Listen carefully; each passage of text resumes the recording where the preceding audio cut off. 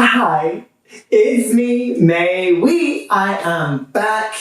It's been a while. So, a couple of explanations. I was doing pretty good. I was uploading, a video a week, doing my little movie reviews. And then something somewhat unfortunate happened.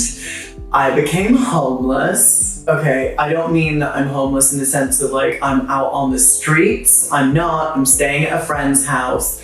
But essentially, I'm in the process of purchasing a property, and there have been so many issues. Issue after issue after issue after goddamn motherfucking issue. And it essentially meant that my tenancy ran out. We thought we'd be moving straight into this house. We are not. I've been kind of couch hopping, staying with different mates for the past 2 months. And to be honest, it's kind of one of those situations where it's been the best of times and it's been the worst of times, because I've had the most amazing kind of career opportunities in these past couple of months, but at the same time I've also been homeless. So it's been a really weird period. So uploads are going to be super sporadic, just until I'm Sister Act Part 2 back in the habit full time. I just don't know how long I'm going to be kind of homeless for, and 95% of my belongings are all in storage. I have one wig, one dress, and a little bit of makeup, so we're just gonna see what we can do today. But I did want to come back in style because I found a movie that I just could not resist making a video on. I went to my storage locker and got my camera and a little light just so I could film this video. And that was a trek, because I'm currently living in the southeast of London and my storage locker is in the northwest of London, so it's right up the other side. So you should all feel very privileged. You're fucking welcome. Anyway.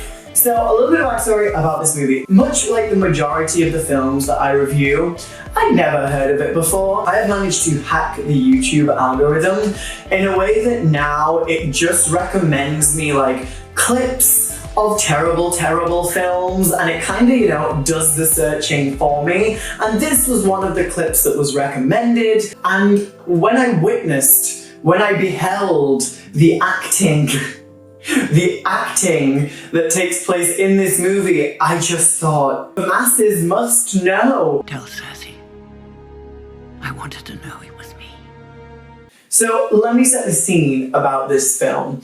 It sits in a very interesting genre that honestly I'd never heard of before. It's supposed to be a Christian horror film, but I guess by virtue of it being a religious film, they can't actually do any of the stuff that makes a horror movie good. They can't have any gore. They can't have any actual horror. They can't have any suspense.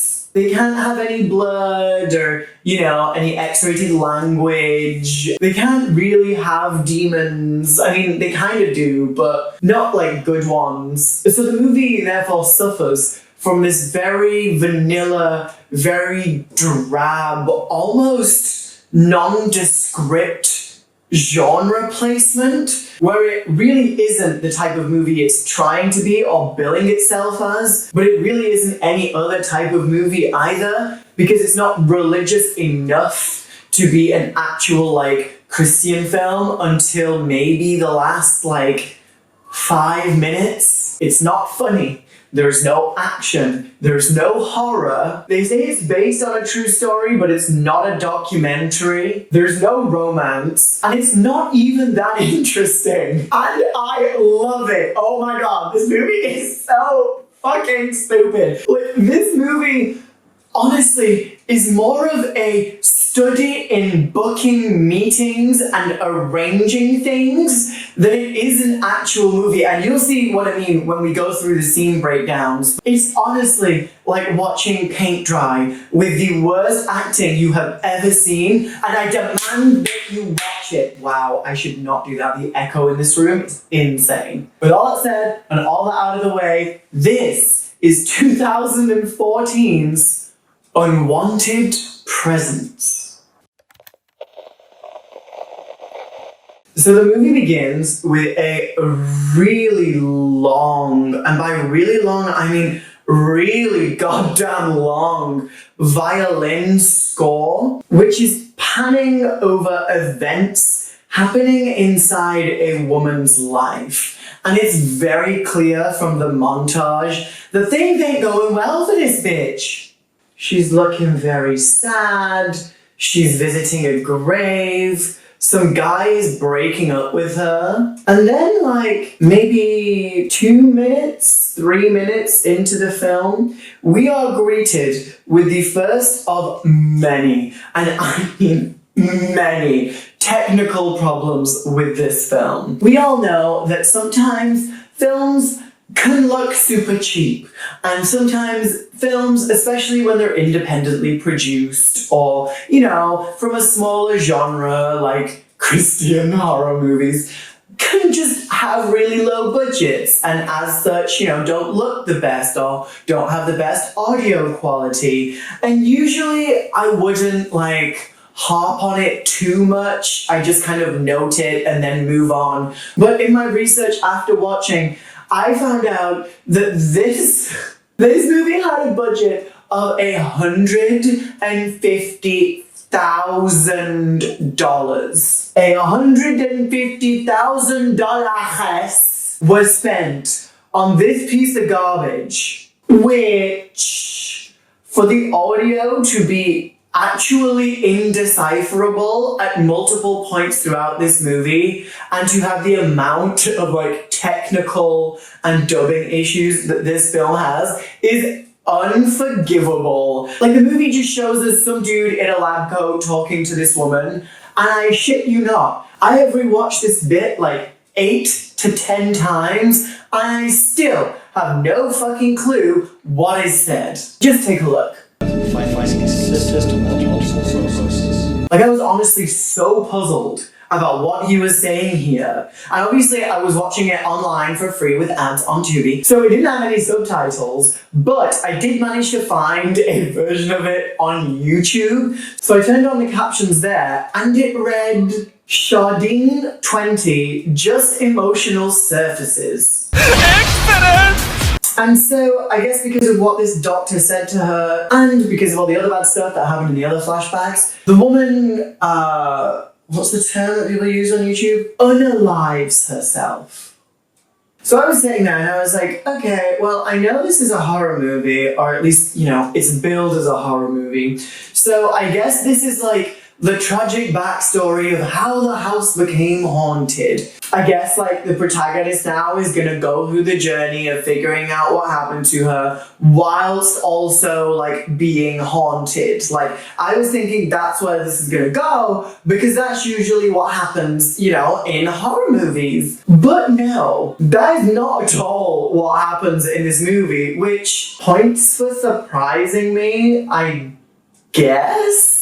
What follows is just a very bizarre series of events that ultimately has no impact on the rest of the movie, but for some reason we are forced to sit through. The movie just takes us through an extended sequence of people finding out that this woman has unalived herself. Like, we flash over to her workplace and we find out that she's a news anchor, and I guess her colleagues are like concerned about her whereabouts. One of the actors is supposed to be like a stressed out news producer, you know, like very Jonah J. Jameson from Spider-Man. And I could not pay attention to a single thing that was going on in this scene because they gave him a cigar. And I shit you not, for the entire time that this guy is on screen, he has this cigar and it is never lit. It isn't even cut. It is just a closed, unlit cigar that he keeps in his mouth and like gestures with. Oh, that's cute, kid. Get out of here. And also, we receive no indication that this is set in the 80s or like, you know, any time period where smoking indoors was like a thing. They probably didn't want to like set off the fire alarm on set, and they didn't have a set where they could film with a cigar, but the actor was really invested in having this fucking cigar. Honestly, I watched these movies like 2 to 3 times to make these videos, and my notes for this section just say cigar ... cigar ... oh my god, the cigar. Okay, so moving on, because honestly they display every single mundane part of them finding out that she has unalived herself, like her being late for work, the people at the studio realizing that she's late for work, them finding a replacement, the replacement getting put in hair and costume, the replacement going on camera, the people wishing the replacement good luck, a different woman who works with her saying that she's gonna leave to go check on her leaving to go check on her arriving at her house to check on her not being able to get inside, her going over to the neighbor. Why do we need this information? But apparently we do. But in credit to the movie, we are introduced to my favorite character, who is the neighbor of the deceased woman. And she's such a dick. She is so funny. So this woman goes over to check on the lady who is now departed, and she can't get into the house. So she goes over to the neighbor, who is just stood kind of outside the house, and is like, hey, I can't get in and I can't find my friend. Like, do you know where she is? And right off the bat, this woman is just like, I heard a gunshot and she's dead, just like the rest of them. I heard a shot. She's probably dead. No, just like all the others. No.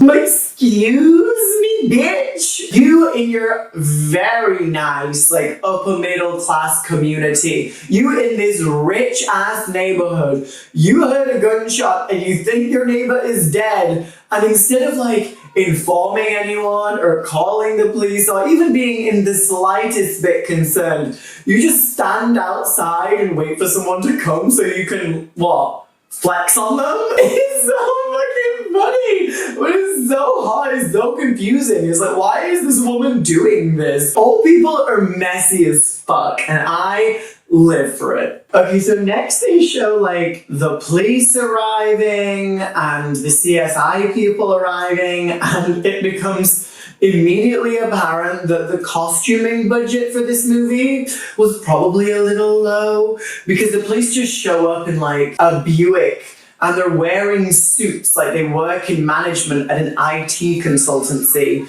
and then the CSI people show up just like wearing jeans and a dressy top, something cash to go take pictures of a crime scene. We then are treated to what's probably like 15 minutes of additional scenes about this dead woman's life that we just don't need to know. We see her lawyer going through probate, contacting an estate agent, meeting up with the estate agent, the two of them having small talk in the driveway, them going into the house, them discussing the situation, signing a contract with the estate agent to allow her to sell the house, the estate agent then going and getting a cleaning crew. For fuck's sake, this bitch is dead and we still haven't introduced the main character of the movie. Oh, but we are treated to another very funny audio issue.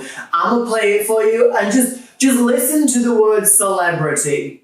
She had everything to live for. She was successful, beautiful. Celebrity.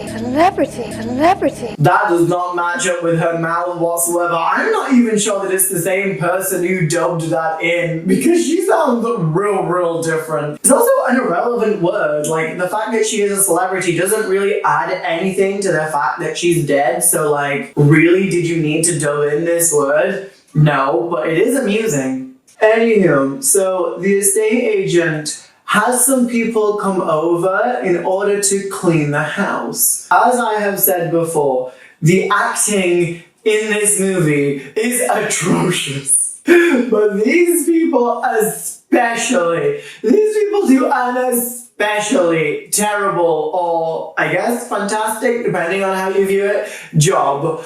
And again, I don't even really think I can explain, so just take a look.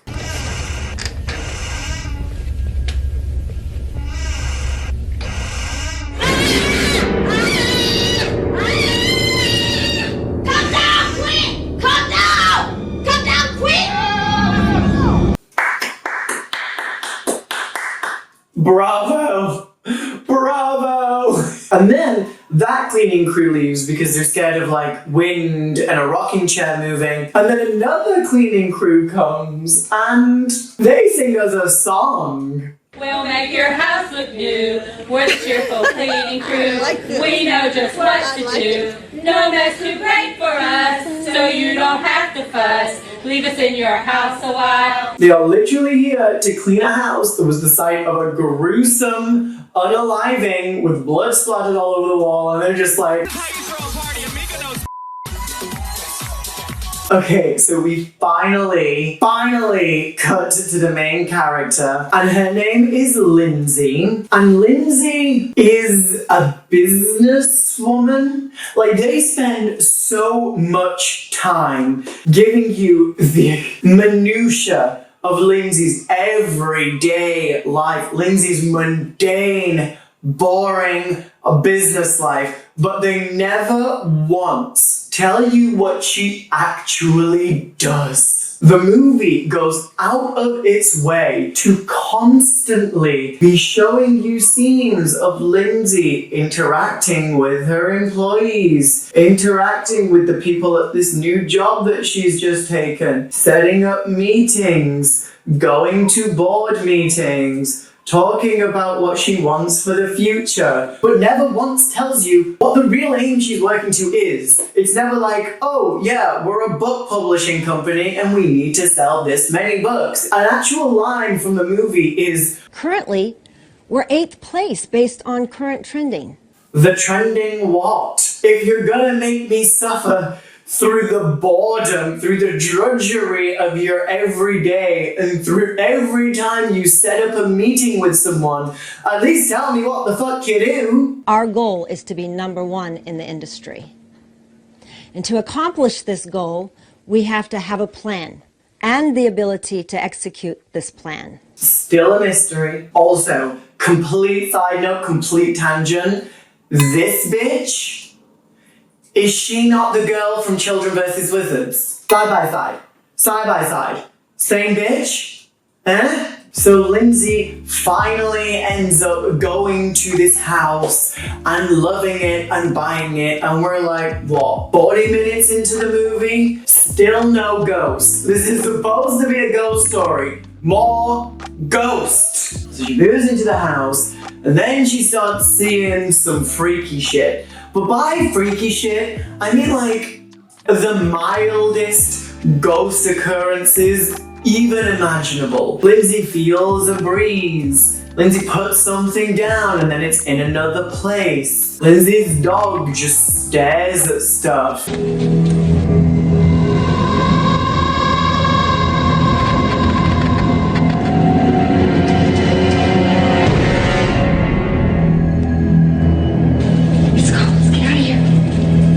Girl, at this point, you could live with this ghost. Girl, it hasn't tried to shiv you. They try to say that the reason the woman at the beginning, like, unalived herself was because the ghost convinced her to, or because the ghost was, like, making her depressed or whatever. But it's like, the ghost didn't do it. She did it. The ghost just was there. That could be a really cool way to tell a ghost story. The ghost doesn't actually harm you. It kind of fucks with your psyche in a way that drives you to insanity. And it could be like a really slow burn character study a la Silent Hill. But no, this is just a lot of scenes of this woman kind of being mildly annoyed and like kind of afraid, and then going back to work, and then inviting colleagues over, and then they come over and like the bathroom is messed up, so they all run out. You don't see the room getting messed up, or like, oh, this chair's moving. It's like, yeah, it's a rocking chair, so okay. The movie then takes us back away from the haunted house and yet again to Lindsay's office, where she makes her assistant hire her a psychic and like a team of ghost hunters. And some of the people at her workplace are like super excited to see this psychic because apparently he's like famous, and they sing a little song about it. Hey, oh my God. Stop pretending you're gay!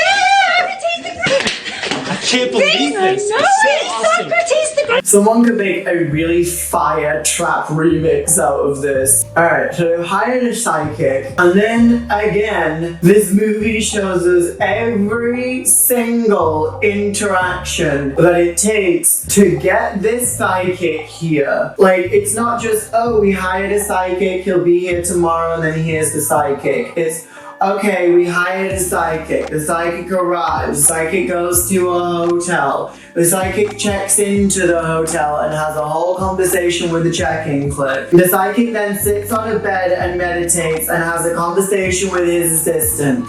The psychic then goes to the house and you see him pull up in the house and walk around outside. The psychic then knocks on the door. The psychic then finally talks to Julia and then tells Julia to leave. You then see the psychic walking around the house, and like about 20 minutes later, he's talking to a ghost and they're just like sat at a kitchen table, like having a chat. You don't see the ghost doing anything, like fucking with him or doing shit. Aren't you supposed to be like spectacles, testicles, wallet, and watching this bitch? Like, are you supposed to be making her bounce? So then the psychic leaves, and instead of like, you know, going to Julia, telling her what's going on, or like bringing her over so they can cast out this demon, he just faxes her. Yes, you heard that right. He faxes her a report. And this report says, bitch, you've got a ghost. I talked to the ghost, but the ghost has every right to be there. You will not be able to remove the spirit because it has the right to be there. So you can't make it leave. Fuck you. The ghost lives here. And it's like, why were you hired?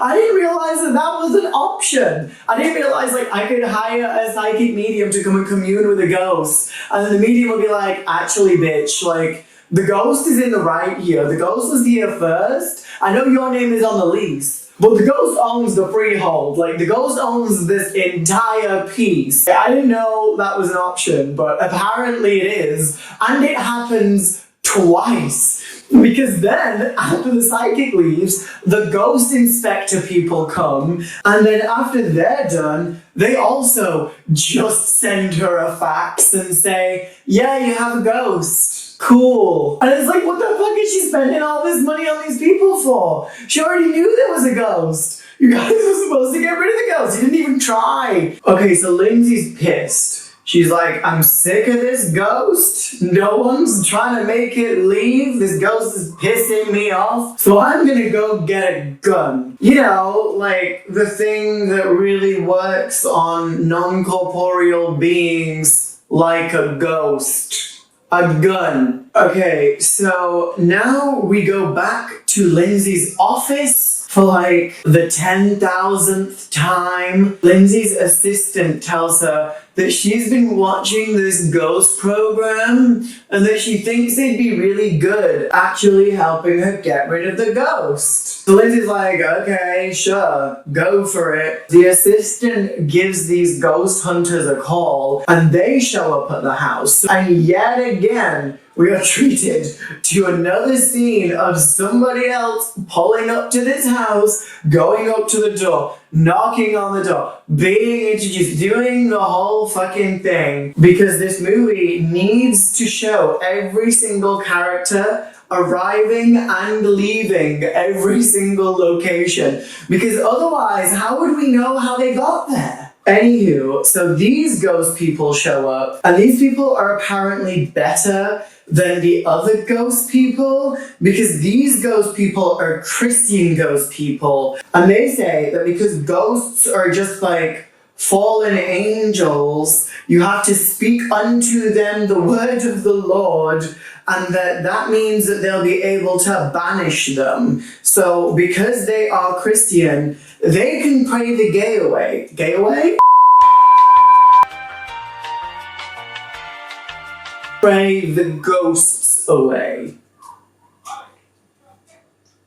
Not the other thing. So I was sat there and I was like, this is it. Like, this is the climax of the movie. We're finally gonna get to see Christian preacher versus ghost bitch. The movie is finally gonna do something with its $150,000 budget. But no, I waited over an hour and a half for this ghost battle, and I got nothing. The only thing that we get in this scene, in this big climactic confrontation between the forces of darkness and the forces of light, is the preacher yelling, you know, in the name of Christ, I command you to get out, get out, get out.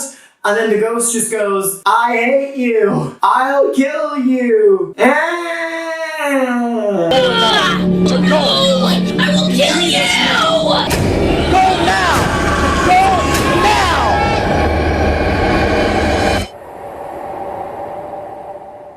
So yeah, basically nothing happens. The ghost just leaves. She just kind of pieces out. And that's it. That's the big climax. That's the big boss. That's the end fight that we've been waiting for. Once the ghost has been vanquished, the preacher has a chat with Lindsay. He says to her that during the process, you know, during the banishment of the ghost, that Jesus came inside her. He gives you the Holy Spirit that comes in you. And that she has to keep Jesus inside of her. I know he means it in a religious way, but it's funny. So they just kind of sit there and they're like, you know, praying about their sins or something. And I'm just like, fuck.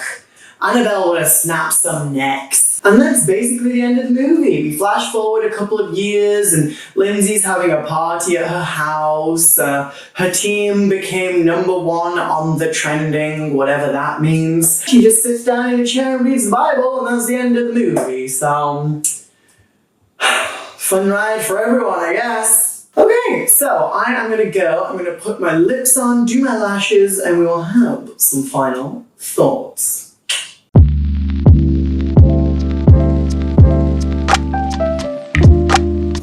Okay, this took so long to film, and now the light is changing, but part of me is kind of into it because it's giving me like a golden hour glow.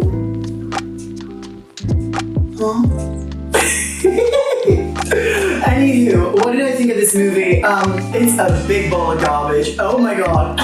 This movie is so bad. The acting is terrible. The sound is terrible. The camera work is terrible. Everything about this movie is truly, truly terrible. But I really highly recommend that you watch it because it is so funny. It is a horror movie with no horror. It is a thriller with no thrills. Like, nothing happens, but you just can't help but giggle at the absurdity of the entire thing, of just watching these people go about their lives being absolutely fucking morons. I just can't get over the fact that somebody paid $150,000 to make this piece of crap. It is insane!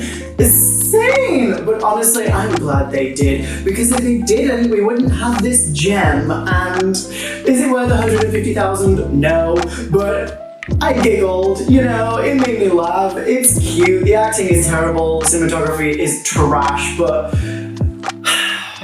what can I say? I'm a glutton for punishment. Okay guys, that is it from me. Thank you guys so much for watching. I will try my best to be back sometime very soon. If you'd like to keep up with me a little bit more regularly, you can find me on Instagram @DiddlyDasher. I post way more over there, so go and say hey. As always, thank you guys so much for watching, and until next time, kisses from England. Bye guys!